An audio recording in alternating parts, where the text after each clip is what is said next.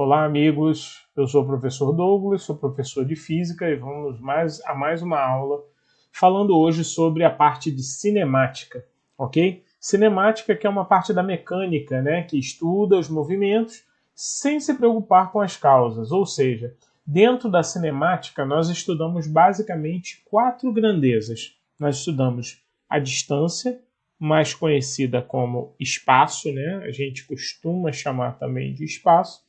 Né? Nós vamos falar sobre o tempo, a velocidade e a aceleração, que são as 4 grandezas que definem basicamente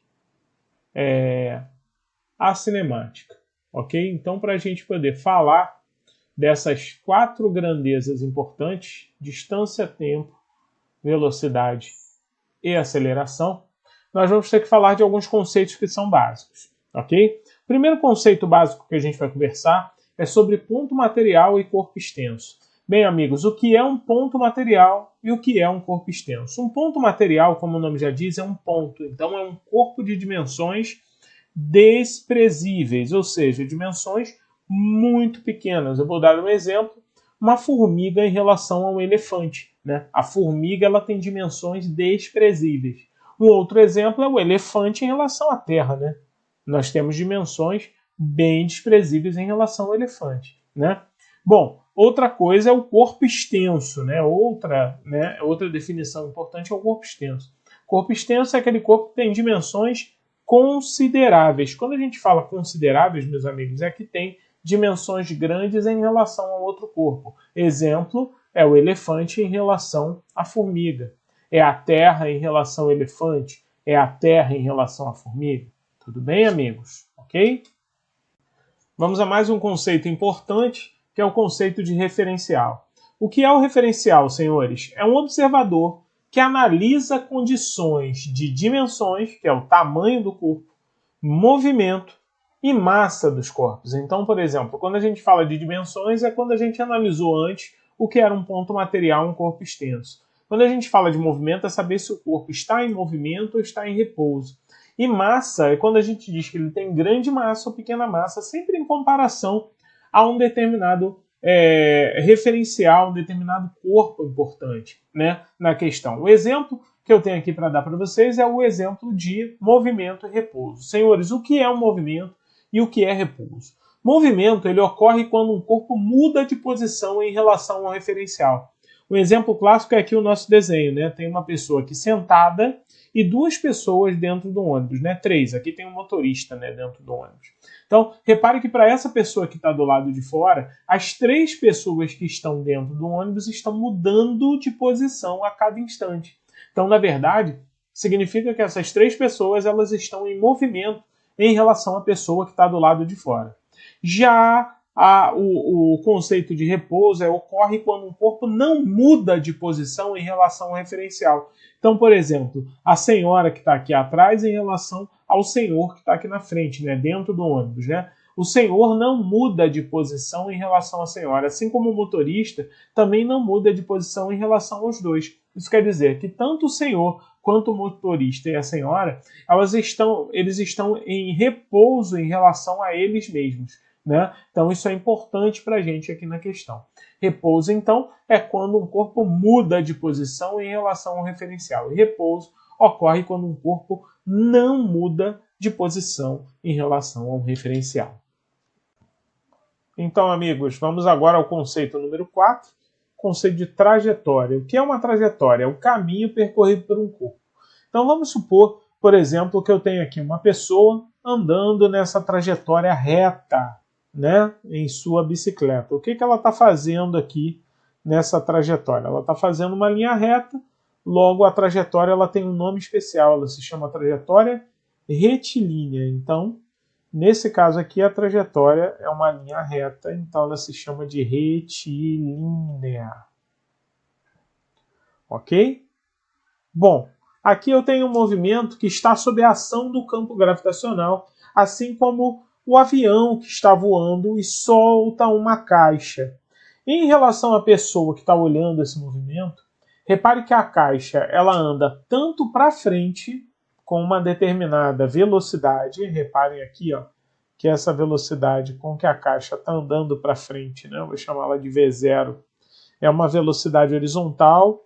Se não houver resistência do ar, essa velocidade ela nunca se altera, né? Já a velocidade vertical, ela vai sempre se alterar. Por quê? Porque existe a ação do campo gravitacional.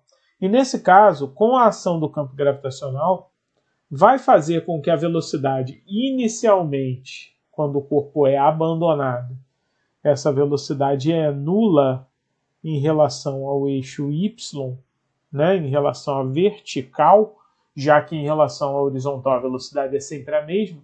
Essa velocidade ela vai aumentando, ela vai aumentando.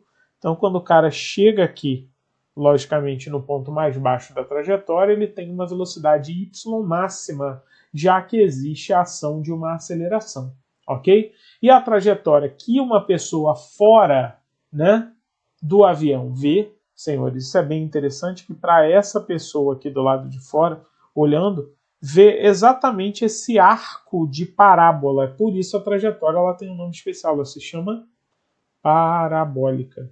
Por uma pessoa fora do avião, em repouso no chão, vê a trajetória da caixa sendo solta do avião, uma trajetória parabólica, já que ela tem a mesma velocidade inicial horizontal do avião, e a velocidade vertical ela vai crescendo em relação ao tempo, graças à ação do campo gravitacional.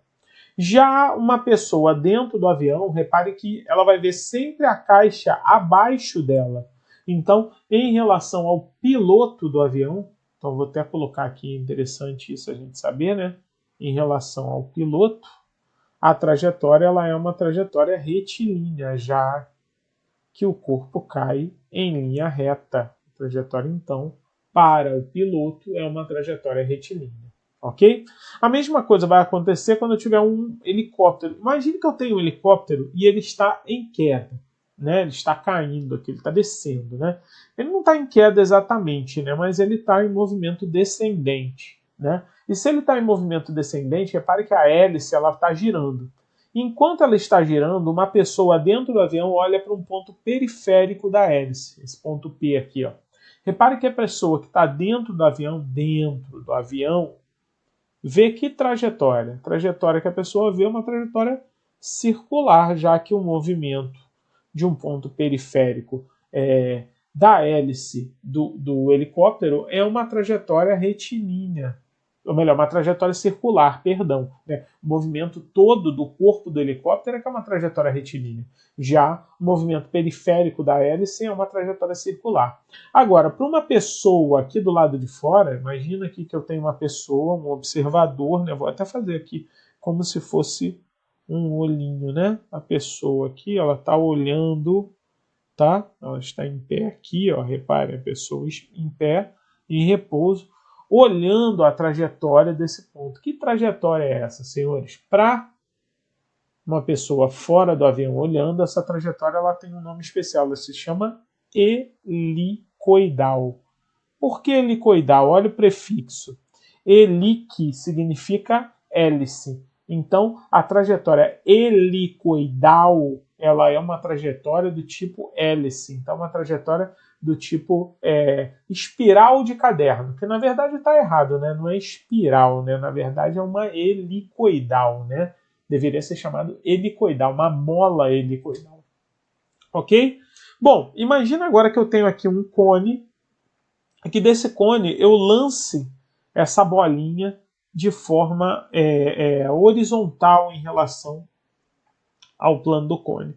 Se eu lançar ela com uma velocidade horizontal, vai existir, logicamente, a ação da gravidade. Reparem que se houver a ação da gravidade, essa bolinha ela vai girar e ela vai cair, certo? E em relação a uma pessoa, novamente, a uma pessoa do lado de fora, olhando essa trajetória, senhores, imagina que o referencial é uma pessoa do lado de fora olhando a trajetória da bolinha. Pergunta é, que trajetória essa bolinha faz? Essa bolinha faz uma trajetória do tipo espiral.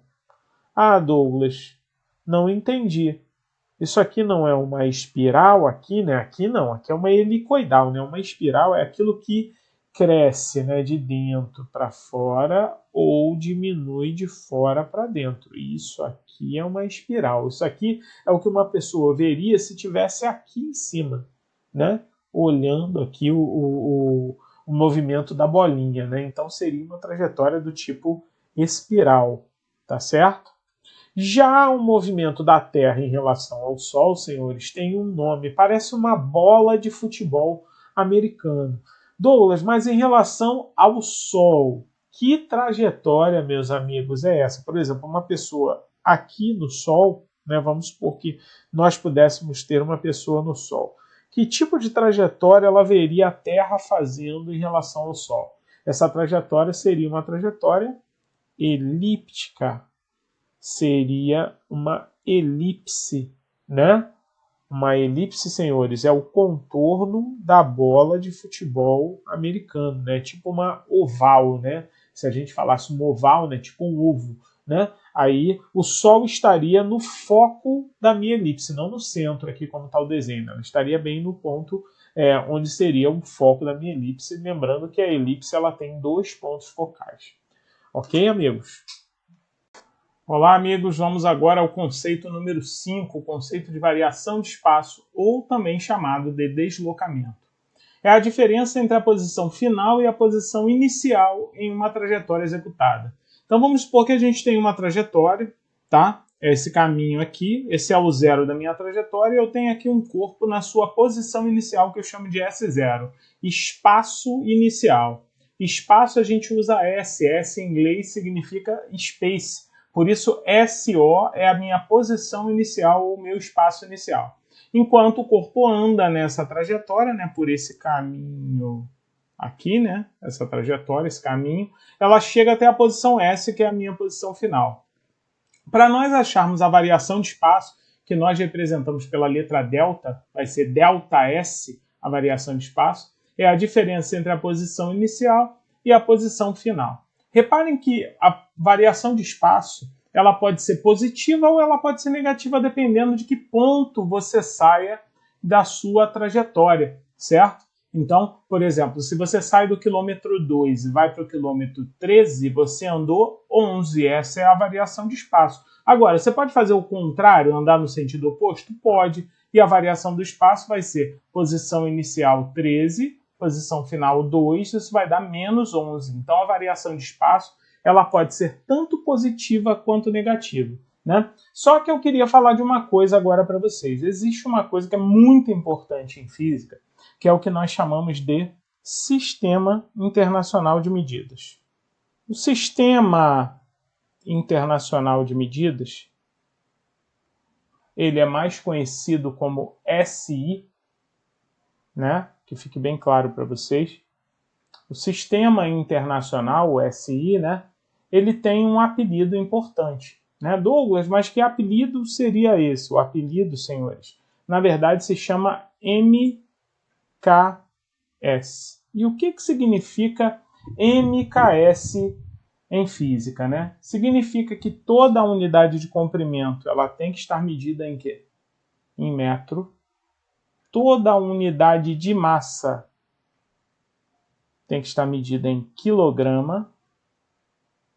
Reparem que a temperatura ela também tem uma unidade de medida. Se for o caso da temperatura, ela tem que estar em Kelvin e não em Celsius, ok? E o tempo ele tem que estar em segundo. Então, MKS significa o quê? Metro, quilograma, Kelvin, segundo. Então, o sistema internacional tem essa característica aqui, ó, para gente, né? Ela mede nas unidades do SI, que no caso, unidade de comprimento em metro, de massa em quilograma, temperatura em Kelvin e o tempo em segundo. No caso da variação de espaço ou do deslocamento, nós medimos ele em quê? Em metro. Então, para nós colocarmos em metro, basta a gente colocar o seguinte, a unidade de medida de espaço, coloque entre colchetes, escreva S, no caso aqui é o metro, ok? Então, que fique bem claro para você, essa é a unidade de espaço no sistema internacional, tá?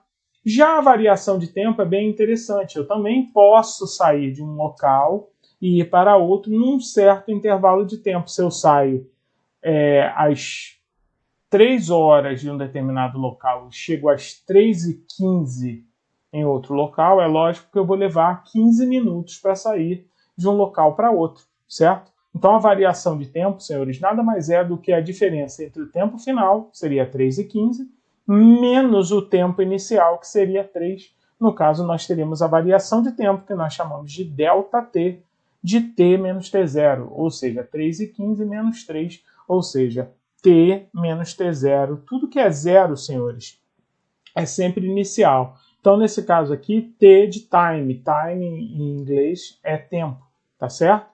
Então, ΔT é t menos t0, tá? Que no sistema internacional, a unidade de medida de tempo, senhores, será o segundo, que é representado pela letra S minúsculo, assim desse jeito, tá?